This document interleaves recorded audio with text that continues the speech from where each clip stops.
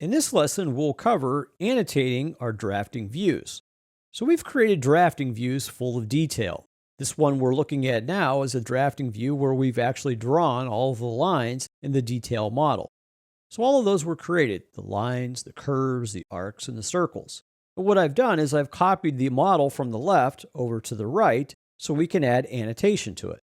The annotation could be text, text with a leader, it could be a symbol, or it could be a dimension.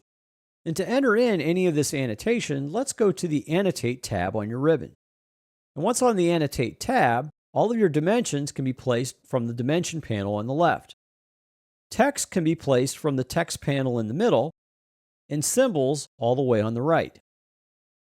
So the first thing we're going to do is we're going to key in some of the text.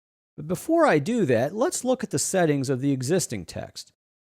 So just click on once the 200 or 305 millimeter CMU wall text.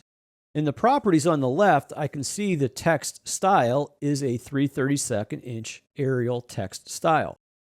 I can also see the justification is top, top, and left. And I also note that there's one segment in the leader versus some of these others that have two segments. Go ahead and click in the background to deselect. So to start entering text with or without a leader with one or multiple segments, let's click Text on the Text panel of the Annotate ribbon. When the text command starts, the first thing you want to do is set your format settings on the right. So starting out, I want to use the one segment option for one segment. As far as justification, I want it middle left, and then I'm going to leave the alignment on the left. Lastly, in the property area drop-down on the left, I'm going to choose 3/32 inch Arial for my text style.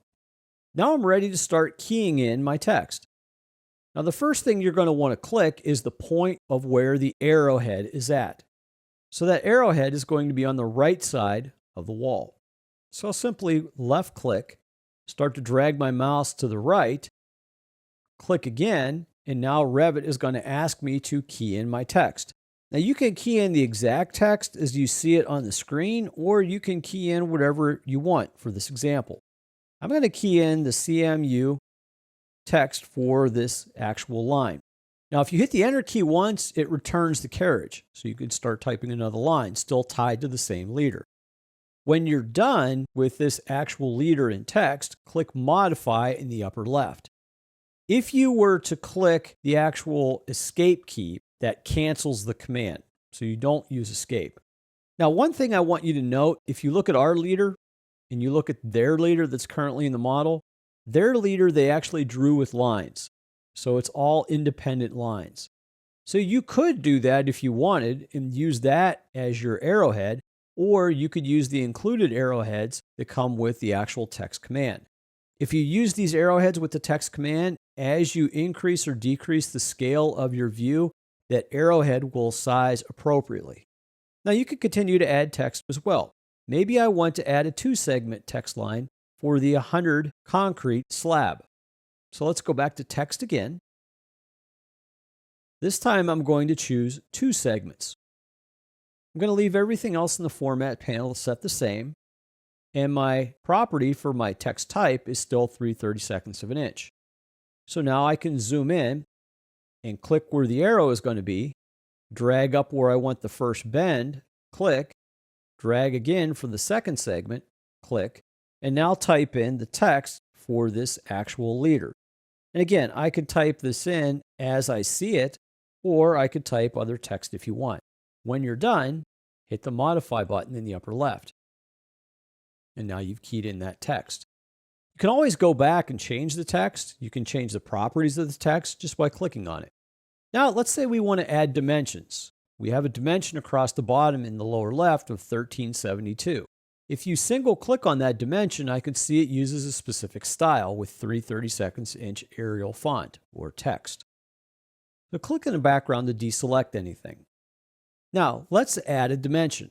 This dimension here will be a linear dimension. So on the Annotate tab, I'm going to click Linear. And then I'm going to click the 2 points that I'm dimensioning from, the lower left corner and the lower right corner. Drag my mouse out And depending on where you click, as you can see, I didn't quite click in the lower left corner.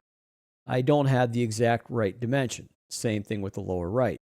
So I'm going to go ahead and place this right now just by dropping it. Now, since my handles aren't in the right spot, in other words, they're not on the outside ends of the actual shape, I could delete this and recreate it. Or I could have moved one of the handles to that outside-most point.